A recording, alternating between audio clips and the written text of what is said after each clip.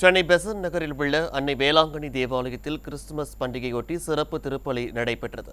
அதிகாலை முதல் ஏராளமான கிறிஸ்துவர்கள் புத்தாடை அணிந்து குடும்பத்துடன் வந்து தேவாலயத்தில் பிரார்த்தனையில் ஈடுபட்டனர்.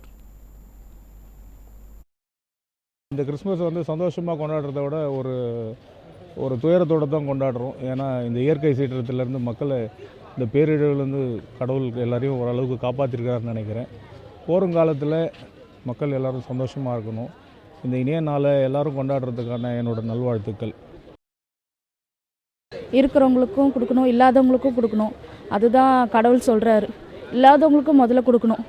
இருக்கிறவங்க சொந்தக்காரங்க கொடுக்கறது முக்கியம் இல்லை, இல்லாதவங்களுக்கு கொடுத்து நம்ம கடவுளுக்கு மகிமை கொடுக்கணும். அதுதான் செய்யணும். முக்கியமான கிறிஸ்மஸில் இதை நம்ம செய்யணும் கண்டிப்பாக. கன்னியாகுமரி மாவட்டம் நாகர்கோவில் அருகே கோட்டாரில் உள்ள புனித சாவேரியர் தேவாலயத்தில் நள்ளிரவு கிறிஸ்துமஸ் சிறப்பு பிரார்த்தனை மற்றும் சிறப்பு திருப்பலி நடைபெற்றன. இதில் ஏராளமான கிறிஸ்துவர்கள் குடும்பத்துடன் கலந்து கொண்டு ஒருவருக்கொருவர் கிறிஸ்துமஸ் வாழ்த்தை பரிமாறிக்கொண்டனர்.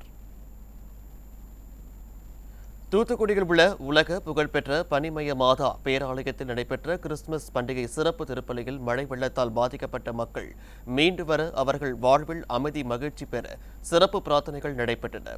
இதில் ஆயிரக்கணக்கான கிறிஸ்துவர்கள் கலந்து கொண்டு பிரார்த்தனை செய்தனர்.